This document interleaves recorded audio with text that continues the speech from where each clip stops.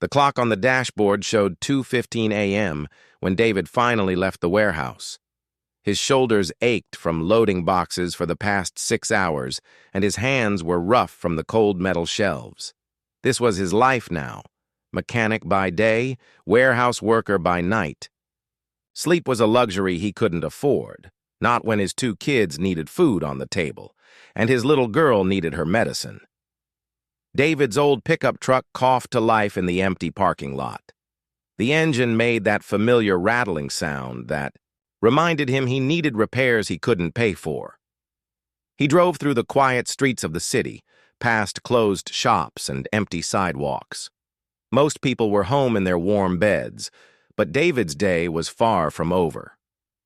He still had to check on the kids, make sure they were covered with blankets, and maybe grab 2 hours of sleep before his morning shift started.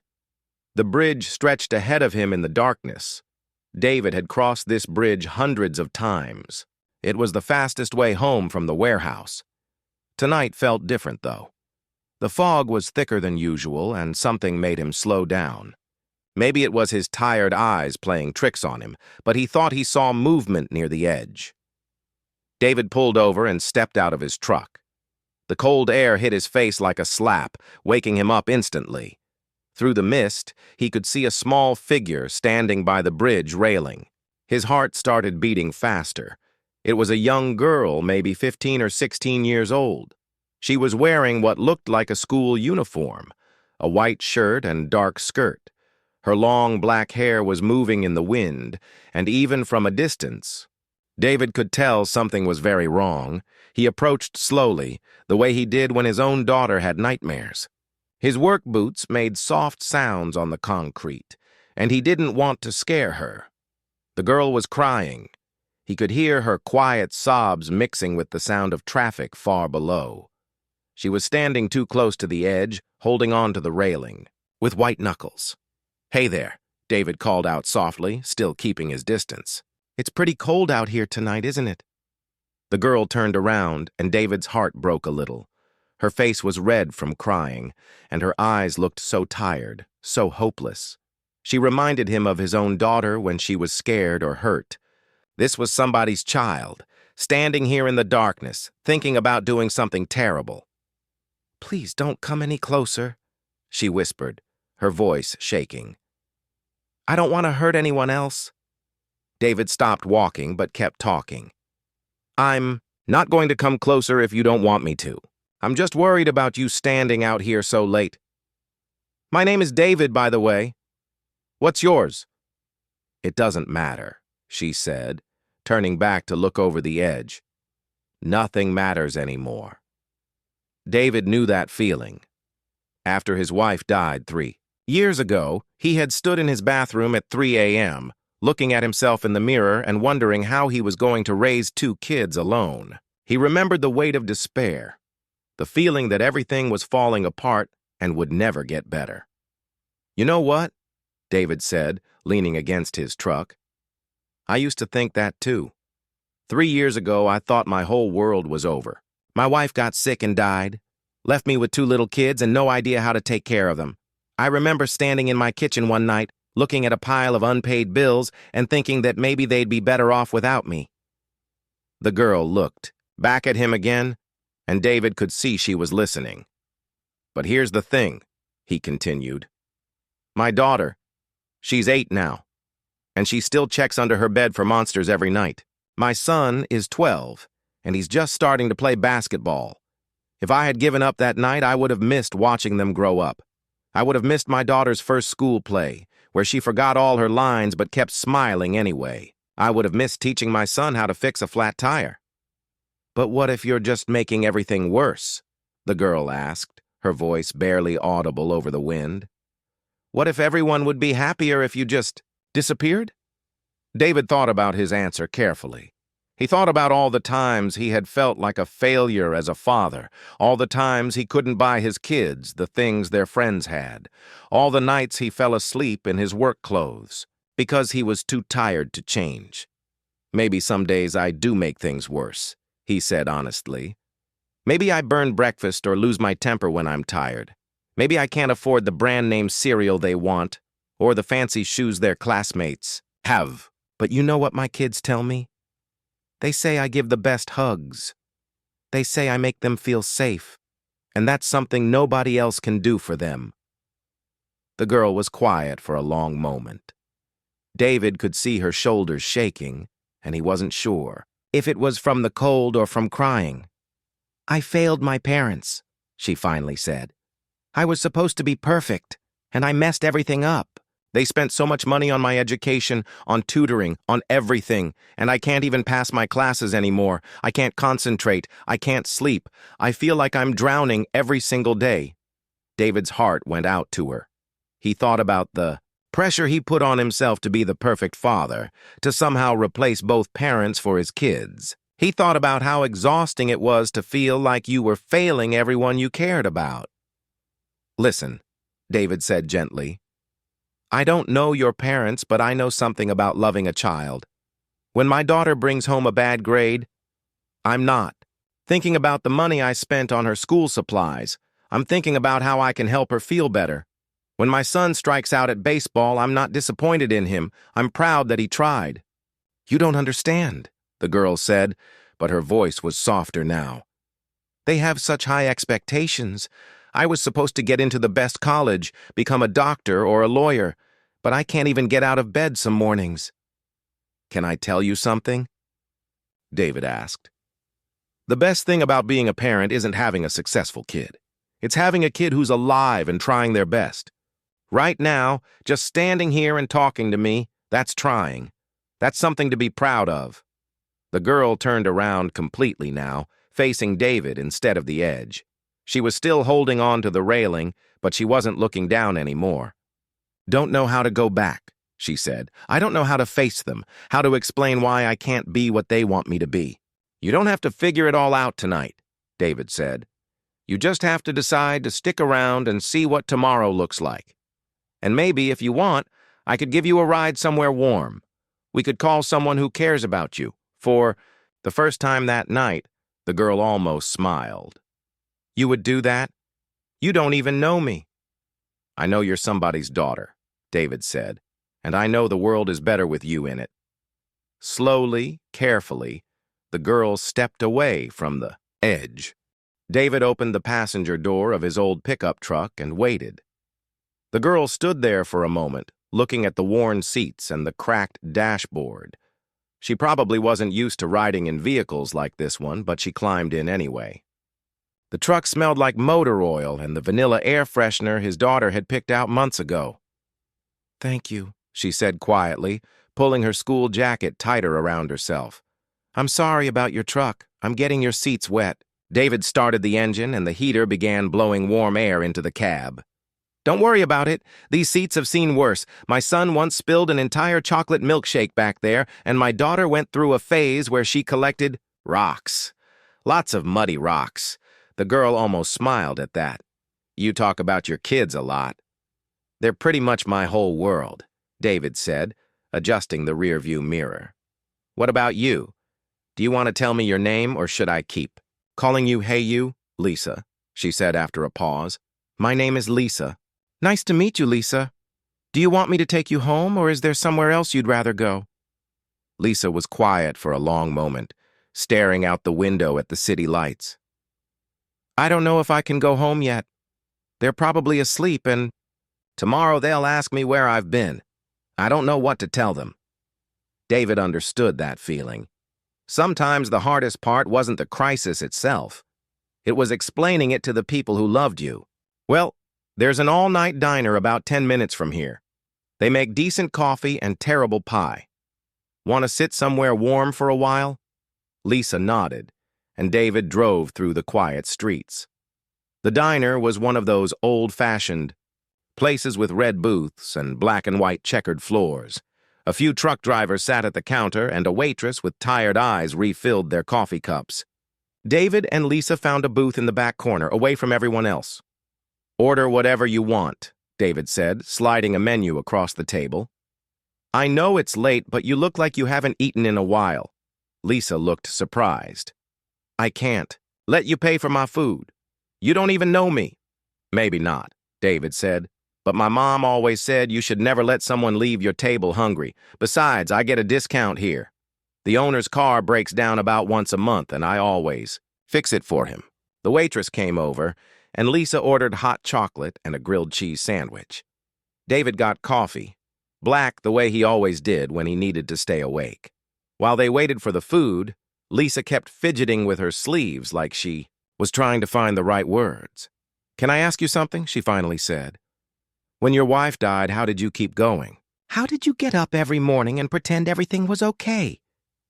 David stirred sugar into his coffee, thinking about his answer. "Honestly, for the first few months I didn't keep going very well. I would drop the kids off at school and then sit in my truck in the parking lot for 20 minutes, just crying. I burned dinner almost every night. I forgot to buy groceries and had to feed them cereal for breakfast, lunch, and dinner one weekend. But you figured it out eventually?" "I guess I realized that I didn't have to be perfect. I just had to be present. My kids needed me to be there, even if I was sad, even if I was struggling. They needed to see that it was okay to have bad days, as long as you keep trying." The food arrived, and Lisa took small bites of her sandwich. She looked like she hadn't had an appetite in weeks, but she was making an effort to eat. David thought about his own daughter, how she sometimes pushed food around her plate when she was upset about something at school. "What happened tonight?" David asked gently. "What made you decide to walk out to that bridge?" Lisa put down her sandwich and wrapped her hands around her mug of hot chocolate. "I got my report card today. 3 C's and a D. My parents, they've sacrificed so much for my education. They work such long hours to pay for private school, tutoring, all these extra classes, and I can't even pass basic math anymore." "Math is hard," David said. "I still use a calculator to figure out tips at restaurants." "It's not just math," Lisa said, her voice getting quieter. "It's everything. I can't focus in any of my classes. I sit there and the teacher is talking, but all I can think about is how I'm disappointing everyone, how I'm wasting their money, how I'm never going to be good enough." David recognized something in her voice, the same exhaustion he heard in his own voice sometimes, when he was trying to be everything to everyone and feeling like he was failing. "You know what I learned when I was trying to raise 2 kids by myself?" David said. "Sometimes the people who love us put pressure on us without meaning to. They want the best for us, but they don't realize that the best might not be what we need right now." "My parents grew up poor," Lisa explained. "They came to this country with nothing, and they worked so hard to build a life here. They see education as the only way to make sure I don't struggle like they did. But I feel like I'm drowning in their expectations." David nodded. "My wife used to worry about the same thing. She wanted our kids to have opportunities she never had. But you know what she told me before she died? She said the most important thing we could give them wasn't perfect grades or a perfect future. It was the knowledge that they were loved, no matter what." Lisa's eyes filled with tears again. "I don't think my parents would love me if they knew how much I was struggling. If they knew that sometimes I can't even get out of bed in the morning." "Have you ever told them how you feel?" "How can I? They work 16-hour days to pay for everything. My dad drives a taxi at night after working at his regular job all day. My mom cleans offices on weekends. How can I tell them that their daughter is falling apart?" David thought about his own struggles with asking for help. After his wife died, neighbors offered to bring dinner or watch the kids, but he always said no. He thought asking for help meant he was weak, meant he was failing as a father. "Maybe," David said carefully, "they're working so hard because they love you. And maybe if they knew you were hurting, they'd rather have you healthy and happy than have you getting perfect grades." Lisa wiped her eyes with a napkin. "You really think so?" "I think parents worry about their kids no matter what. Right now, your parents might be lying awake wondering where you are, scared something terrible has happened to you. They're probably not thinking about your report card at all." "I left my phone at home," Lisa said. "I didn't want them to track me down before I did something stupid." "Well," David said, Maybe tomorrow you could try talking to them. Tell them how you're feeling. Tell them you need help, not pressure. Lisa finished her hot chocolate and looked across the table at David. Why are you being so nice to me? You could have just driven past the bridge. You could have minded your own business. David smiled. Because 3 years ago, I was standing in my kitchen at 2 a.m. feeling like the world was ending. And you know who saved me? My 8-year-old daughter. She came downstairs for a glass of water, saw me crying, and just hugged me. She didn't say anything, just hugged me. Sometimes that's all it takes. Someone caring enough to stop and pay attention. I'm glad she hugged you, Lisa said. Me too, David said. And I'm glad I saw you tonight. 3 months had passed since that night on the bridge, and David's phone had become his lifeline to Lisa. At first, she would text him simple messages. Thank you for last night, or had a better day today. But slowly, those messages became longer conversations. She would tell him about her struggles at school, her fights with her parents, and the small victories that nobody else seemed to notice. David found himself looking forward to her messages. Between his morning shift at the garage and his evening warehouse job, he would read about Lisa's day and respond with encouragement or advice. She reminded him of his own daughter in some ways. Smart, sensitive, and carrying the weight of the world on her shoulders. Dad, who are you always texting? His 12-year-old son asked one evening as David prepared dinner. You smile when you look at your phone now. Just a friend who needed someone to listen, David said, stirring the spaghetti sauce. Sometimes that's the most important thing we can do for people. Lisa had started seeing a counselor at school, something David had gently suggested after weeks of hearing about her panic attacks during tests. She was taking medication for anxiety, and slowly her messages became more hopeful. She talked about joining the school's art club and making a new friend in her English class. But David still didn't know much about her family beyond what she had told him that first night. She lived in the wealthy part of town. He remembered the neighborhood from when he dropped her off, but she never talked about her parents' jobs or what they did. To David, she was just Lisa, a teenager who needed a friend. The call came on a Tuesday morning while David was changing the oil on a customer's car.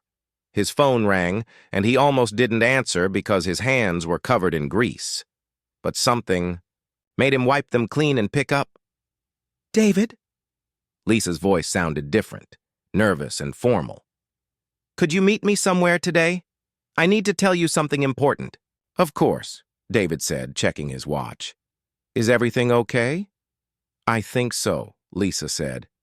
But there's something you need to know about me, about my family. Can you come to the coffee shop on 5th Street around 3? David felt a knot forming in his stomach. In 3 months of friendship, Lisa had never asked to meet in person. Their relationship existed in text messages and late-night phone calls when she couldn't sleep.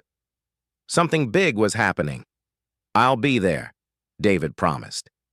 The coffee shop was in the business district, the kind of place where people in expensive suits bought $5 lattes. David felt out of place in his work clothes and steel-toed boots, but he found a table in the corner and waited. When Lisa walked in, she wasn't alone. Following behind her was an older man in a perfectly tailored gray suit. His hair was silver, and everything about him screamed money and power. David had seen faces like his on billboards around the city. Lisa looked nervous as she approached the table, and the man beside her looked like he was trying not to cry. David, Lisa said, her voice shaking slightly. This is my father. Dad, this is David, the man I told you about. The older man extended his hand, and David shook it, confused. Mr. Rivera, the man said, and David was surprised he knew his last name. I'm Robert Chen. I believe you know my daughter. David looked between Lisa and her father, still not understanding. I'm sorry. I think there's been some confusion. This is Lisa. Yes, Mr. Chen said, sitting down across from David. Lisa Chen. My daughter. The name hit David like a punch to the stomach. Chen. As in Chen Development Corporation, as in the man whose face was on construction signs all over the city, as in one of the richest families in town. David stared at Lisa, who was fidgeting, with her hands the way she always did when she was nervous. "You're Robert Chen's daughter," he said slowly. "I wanted to tell you," Lisa said quickly, "but I didn't know how. At first I thought you might treat me differently if you knew, and then, as we became friends, I was scared you'd think I was lying to you or using you somehow." Mr. Chen leaned forward, his eyes intense. "Mr. Rivera, my daughter told me what you did that night 3 months ago, how you found her on the bridge, how you talked her down, how you've been there for her ever since." David felt overwhelmed. This explained so much. Lisa's expensive school uniform, the pressure she felt to succeed, the neighborhood where he had dropped her off. But it also made him question everything about their friendship. "I don't understand," David said. "Why, didn't you tell me who you were?" "Because," Lisa said, tears starting to form in her eyes, "for the first time in my life, someone was talking to me like I was just a regular person. Not the daughter of Robert Chen. Not someone they wanted something from, just me." Mr. Chen nodded. "Lisa has been in therapy since that night, Mr. Rivera. She's told her counselor about your friendship, about how your messages and phone calls have helped her through some very dark times. She's doing much better now. But why are you telling me now?" David asked. Lisa took a deep breath. "Because I felt guilty keeping it from you. You've been so honest with me about your life, your struggles, your kids, and I've been lying about who I am." "You weren't lying about who you are," David said gently. "You were just not telling me about your bank account. Those are two different things." Mr. Chen smiled for the first time since sitting down. "That's exactly what Lisa said you would say." "Mr. Rivera," Mr. Chen continued, "I've been thinking about how to thank you for what you did. You saved my daughter's life. There's no way to repay something like that." David shook his head. "I don't want anything. Lisa is my friend. Friends don't keep score." "But I do," Mr. Chen said. "I know about your situation, Mr. Rivera. I know about your daughter's medical bills, your second job, the mortgage on your house that's 3 months behind." David felt his face get hot. "How do you know about that?" "I had someone look into your background," Mr. Chen said. "Not to invade your privacy, but because I wanted to understand the man who saved my daughter. Do you know what I found?" David waited, feeling uncomfortable. "I found a man who works 2 jobs to support his children. A man who volunteers to fix cars for elderly neighbors on weekends. A man who has never missed a parent-teacher conference despite working 16-hour days. A man who, despite having every reason to be bitter about life, stopped to help a stranger on a bridge." Lisa reached across the table and touched David's hand. "Dad wants to offer you a job, David. A real job, with benefits and decent pay. You'd be managing one of his construction sites." David looked at both of them, overwhelmed. "I don't know anything about construction management." "But you know about hard work," Mr. Chen said. "You know about responsibility. You know about caring for people. Those are the things that matter most." "I don't want charity," David said firmly. "This isn't charity," Mr. Chen replied. "This is me offering a job to the best man I've ever met. Someone who proved that character matters more than a college degree." Lisa squeezed David's hand. "Please say yes, David. You've given me so much. Let us give something back." David looked at Lisa. This girl he had talked off a bridge, who had become like a daughter to him over the past 3 months. He thought about his own children, about the opportunities this could create for them. "Can I think about it?" David asked. "Of course," Mr. Chen said, standing up. "But David, I want you to know something. You didn't just save my daughter that night. You saved our whole family." David spent 3 sleepless nights thinking about Mr. Chen's job offer.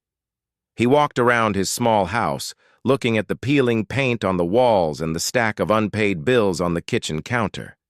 His daughter's medicine bottles lined the windowsill, each one representing another expense he could barely afford. His son's basketball shoes had holes in them, but new ones would have to wait until next month. On Thursday evening, his phone buzzed with a text from Lisa. "Dad says you haven't called him back yet. Are you okay?" David stared at the message for a long time before typing back. "Just thinking. This is a big decision." "I know," Lisa replied. "But David, you deserve good things. You've spent so long taking care of everyone else. Let someone take care of you for once." The next morning, David called Mr. Chen. "I'll take the job," he said simply. "But I have one condition. I want to earn it. If I'm not good at it, if I mess up, you fire me, just like you would anyone else." Mr. Chen laughed. "Deal. Can you start Monday?" That weekend, David sat his children down at their small kitchen table. His daughter, now 9, was coloring in a book while his son practiced math problems for school. "Kids, I need to tell you something important," David said. "Daddy got a new job. A better job." His son looked up from his homework. "Does that mean you won't have to work at night anymore?" "That's right," David said, feeling his throat tighten with emotion. "I'll be home for dinner every night. We can watch movies together. I can help you with your homework." His daughter dropped her crayon and looked at him with wide eyes. "Really, Daddy? You won't be tired all the time?" "I'll still get tired sometimes," David said, pulling both kids into a hug. "But not the way I was before. Things are going to be different now." The new job was everything Mr. Chen had promised and more. David managed a team of 20 workers on a commercial construction site, and to his surprise, the skills he had learned as a mechanic translated well. He understood machinery, he knew how to solve problems, and most importantly, he knew how to treat people with respect. His co-workers were skeptical at first. Word had gotten around that he was friends with the boss's daughter, and some of them thought he had gotten the job through connections rather than merit. But David proved himself by showing up early, staying late when needed, and never asking anyone to do something he wouldn't do himself. "You know what I like about you, boss?" one of his workers said after David had been on the job for 2 months. "You don't act like you're better than us just because you wear a tie now." David looked down at his work clothes, clean jeans and a company polo shirt. Mr. Chen had offered to buy him suits, but David preferred clothes he could get dirty if needed. "I'm the same guy I was 6 months ago," David said, "just with better health insurance." The changes in David's life rippled out to his children. His daughter's medicine was now fully covered by his insurance, and she was healthier than she had been in years. His son joined the school's basketball team and even got new shoes that actually fit. For the first time in 3 years, David could say yes when his kids asked for small things: a book at the store, a movie ticket, ice cream after dinner. But the biggest change was in Lisa. She had thrown herself into her recovery with the same intensity she had once applied to her studies. She was seeing her therapist twice a week, taking her medication regularly, and had found a new passion in art therapy. Her grades had improved not because she was pushing herself to be perfect, but because she was learning to manage her anxiety. "I want to do something with my life that matters," Lisa told David during one of their weekly coffee meetings. "The way you showed me that night that my life mattered." Lisa had started volunteering at a crisis hotline, talking to teenagers who were going through what she had experienced. She was also working on a project for her senior year, a documentary about mental health and the pressure young people face to succeed. "I want to study psychology in college," she told her parents over dinner one night. "I want to help kids who are struggling the way I was." Mr. Chen had been worried about this decision. He had always envisioned Lisa following him into the family, business or becoming a doctor or lawyer. But seeing how passionate she was about helping others, he began to understand that success wasn't just about money or status. "If that's what makes you happy," he told her, "then that's what we want for you." A year after that night on the bridge, Lisa graduated from high school as valedictorian. Not because she had pushed herself to the breaking point, but because she had learned to balance her studies with her mental health. David sat in the audience with his own children, watching as Lisa walked across the stage. In her valedictorian speech, Lisa talked about second chances and the importance of reaching out when you're struggling. She spoke about how one person's kindness could change everything, and how sometimes the people who save us are the ones who need saving too. "A year ago, I thought my life was over," she said, looking out at the audience. "I was standing in the darkest place I had ever been, and I couldn't see any way out. But sometimes, when we're drowning, a stranger throws us a rope. And sometimes, when we grab that rope, we end up pulling them to safety too." After the ceremony, Lisa found David in the crowd. She was still wearing her cap and gown, and her parents were taking pictures nearby. "Thank you," she said, hugging him tightly. "For everything." "Thank you," David replied. "You saved my life too, you know." "How?"